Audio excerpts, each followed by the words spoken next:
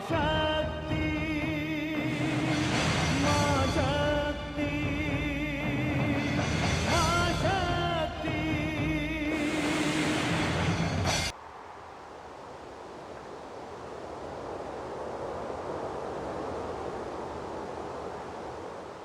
हे Malay पर्वत से आने वाली शीतल मंद सुगंधित वायु, तू किससे मिलने को इतनी व्याकुल है,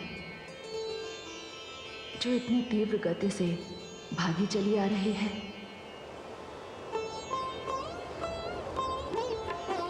तेरा ये मधुर मादक स्पर्श मुझे रह रहकर अपने उस दुर्भाग्य का स्मरण करा रहा है, जिसने मुझे अपने प्रिय से इतनी दूर कर दिया है।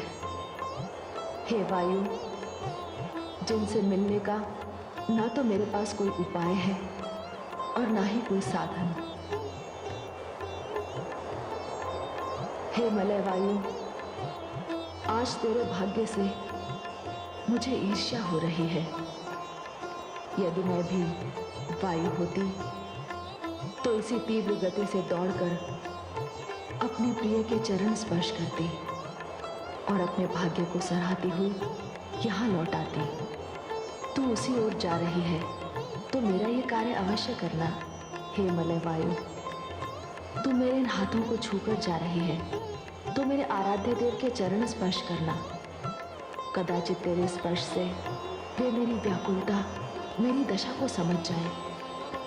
और हाँ, एक कार्य और करना, लौटते समय तुम उनके चरणों की धूल अवश्य उड़ा लाना। प्रियतम के दर्शन के लिए व्याकुल अपनी आंखों में मैं उनकी चरण धूलि का अंजन लगाऊंगी। दर्शन के लिए तरसती इन आंखों को तभी शीतलता मिलेगी।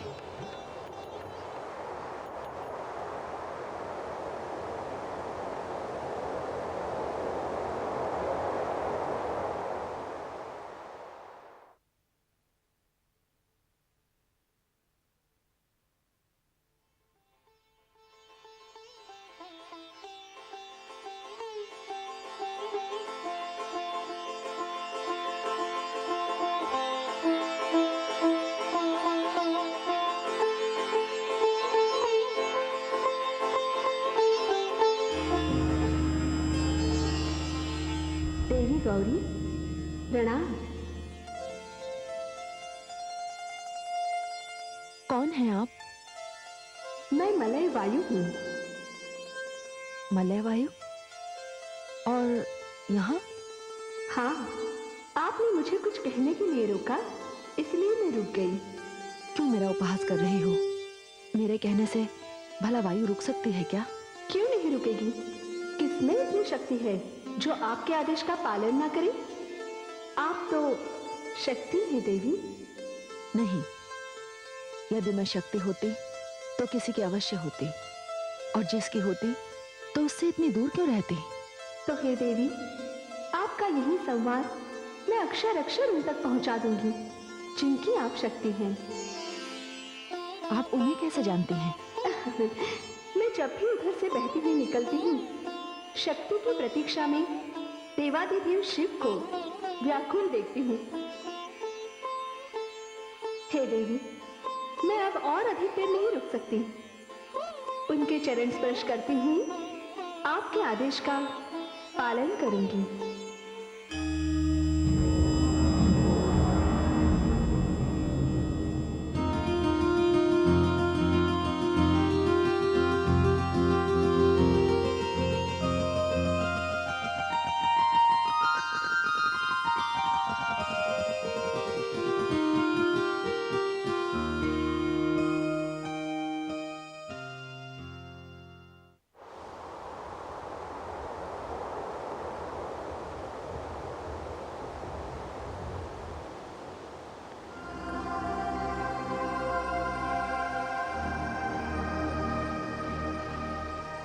मलय वायु,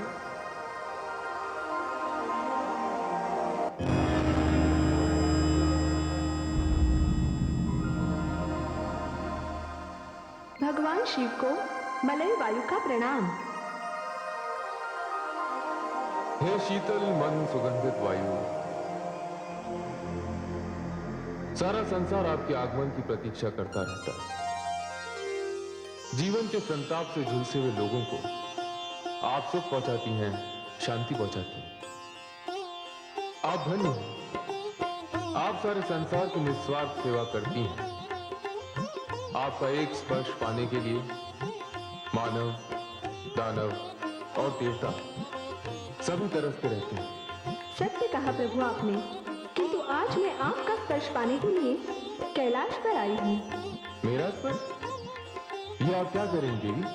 हाँ प्रभु, मुझे आपके हाथों को छू लेने की इच्छा है। देवी, वायु के रूप में आपके स्पर्श का स्वागत है, किंतु आज जब आप पधारी हैं, साकार नारी के रूप में आई हैं, और नारी के रूप में आपका स्पर्श मेरे लिए वर्जित है। क्यों प्रभु? क्योंकि मेरा शारीरिक स्पर्श उस नारी के लिए आरक्षित है जिसका मेरे जीवन में अभी प्रवेश नहीं हुआ है। और मैं उसी नारी के लिए आपके स्पर्श की कामना लेकर आई हूँ, और उनका नाम है देवी गौरी। देवी गौरी? वो तो मेरी शक्ति है।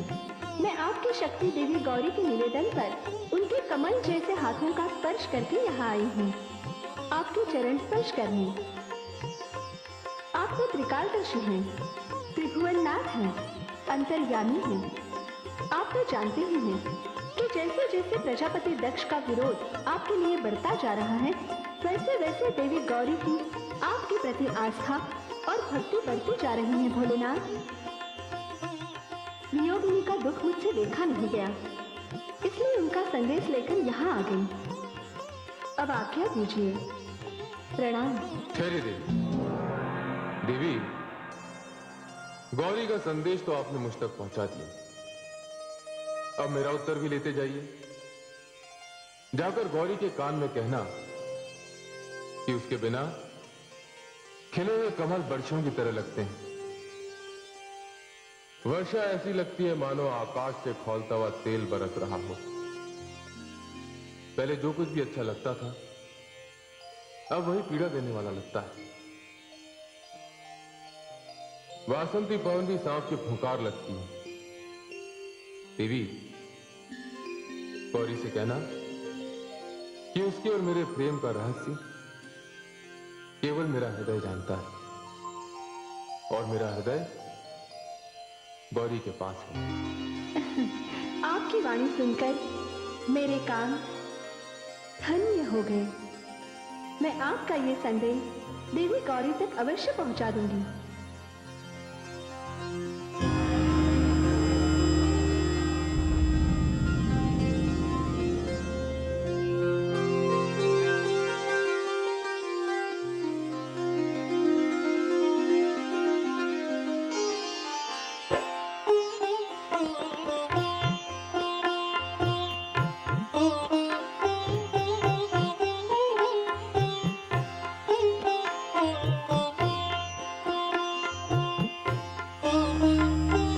नारायण नारायण। पुत्री गौरी, हमारी पुत्री गौरी इस प्रकार से मग्न न जाने किसके ध्यान में लीन है। पुत्री गौरी, नारायण नारायण।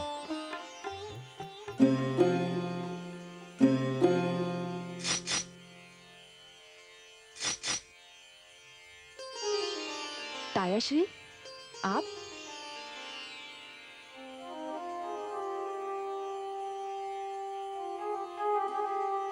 प्रणाम तायाश्री। आयुष्मती भव। किस संसार में लीन थी? नहीं तायाश्री, ऐसा तो कुछ भी नहीं। कुछ तो है पुत्री। जब व्यक्ति अपने विचारों में ऐसे खो जाए कि उसे अपने आसपास की सुध भी न रहे, तब तो कुछ बात अवश्य है। नहीं तायाश्री, कुछ भी तो नहीं। देखो पुत्री, पहले तो तुम मेरे नारायण का स्वर सुनते ही मेरी ओर लपककर दौड़ पड़ती थी, किंतु आज तो तुम्हें खड़ताल और वीणा के तारों से जगाना पड़ा। तुम्हारी इस गहरी सोच ने तो मुझे चिंता में डाल दिया। अब बता ही दो पुत्री, कल्पना के किस लोक का भ्रमण कर रही थी तुम?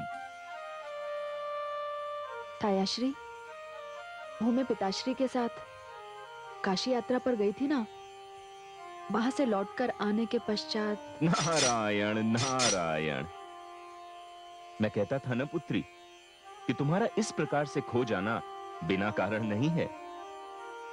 तो तुम उस नगरी गई थी जो तीनों लोक से न्यारी है। वो नगरी तो भगवान भोलेनाथ शिव की नगरी है। क्या तुम्हें भगवान शिव के दर्शन हुए? हाँ हाँ तायाश्री, मैंने दर्शन किए भगवान शिव के। तो शक्ति को शिव के दर्शन हो ही गए। बड़ा ही अद्भुत प्रसंग रहा होगा ये। तायाश्री, बस बस पुत्री, अब कुछ और कहने की आवश्यकता नहीं। अंततः वह शुभ घड़ी आ ही गई जिसकी हमें प्रतीक्षा थी। अर्थात ये तो बड़ी प्रसन्नता की बात है। मुझे यह समाचार भ्राताश्री दक्ष को देना चाहिए, जो तुम्हारे लिए एक अति उत्तम और अति श्रेष्ठ वर ढूंढ रहे हैं। मैं अभी जाकर उन्हें समाचार देता हूं कि हमारी पुत्री के लिए हमें मनचाहा वर मिल गया है। नहीं नहीं तायाश्री, सुनिए। नारायण नारायण। तायाश्री,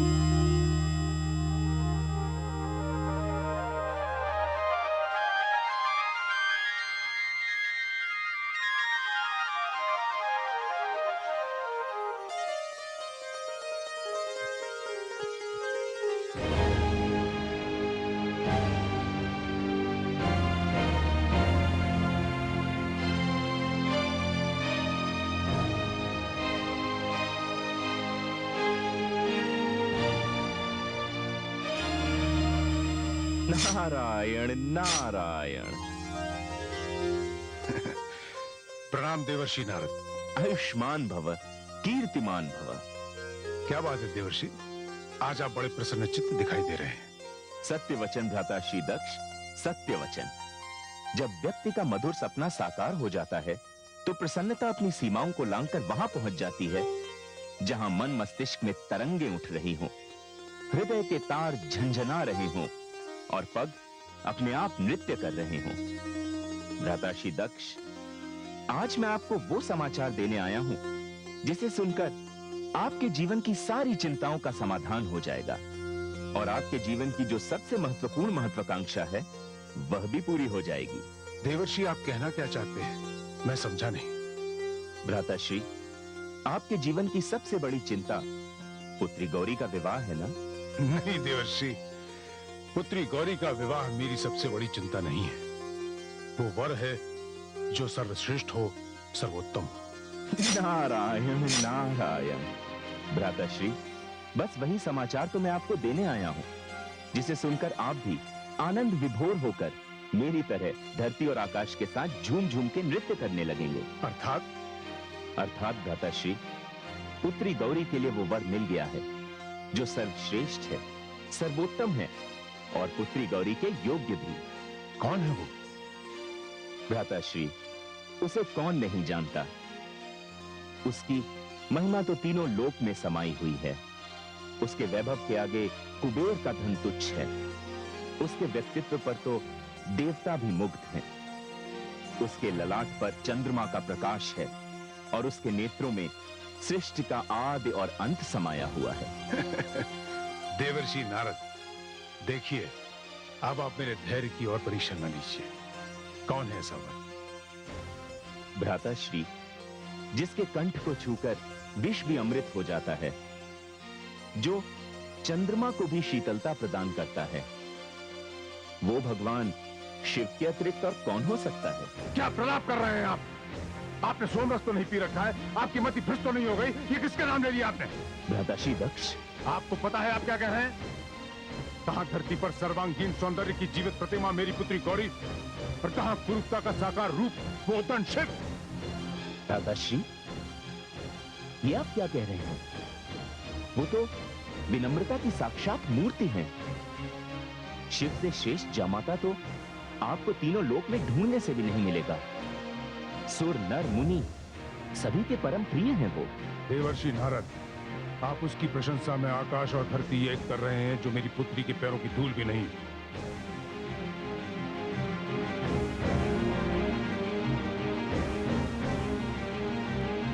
भ्राताश्री, भगवान शिव के संबंध में आपकी धारणा इतनी भ्रमपूर्ण होगी, इसका मुझे अनुमान भी नहीं था। देवर्षि नारद, मैं जानता हूं शिव को। वो सर्वश्रेष्ठ है, वो उत्तम है। क्या है उसके पास? वाहन के नाम पर बैल की सवारी, रत्नों और मणियों के नाम पर सर्प की माला, वस्त्र के नाम पर बागंबर। जिसके पास निवास के लिए घर तक नहीं, उसकी गृहिणी बनाकर मैं अपनी पुत्री को कैसे भेज सकता हूं? देवर्षि नारद, शिव जैसे असभ्य और अशिष्ट व्यक्ति को गौरी तो क्या, संसार की कोई भी नारी स्वीकार नहीं कर सकती। भ्राताश्री दक्ष, मैं तो उसका नाम भी नहीं सुनना चाहता मुनिवर। उसके कारण काशी में मुझे अपमानित होना पड़ा। सभा में उसके आते ही मूर्खों की भांति लोग इसकी ओर दौड़ पड़े। लोकप्रियता हो तो ऐसी हो भ्राताश्री। मेरा अंतिम निर्णय भी सुन लीजिए देवर्षि। शिव को छोड़कर यदि आप किसी अन्य वर की खोज कर सके तो करें, अन्यथा। भ्राताश्री, मेरा तो सुझाव यही है कि आप भगवान शिव को ही अपना जामाता स्वीकार कर लें। चुप रहिए। मैं तो चुप रह लूंगा भ्राताश्री, किंतु होनी भी चुप रहेगी या नहीं, इसमें मुझे संदेह है। नारायण नारायण।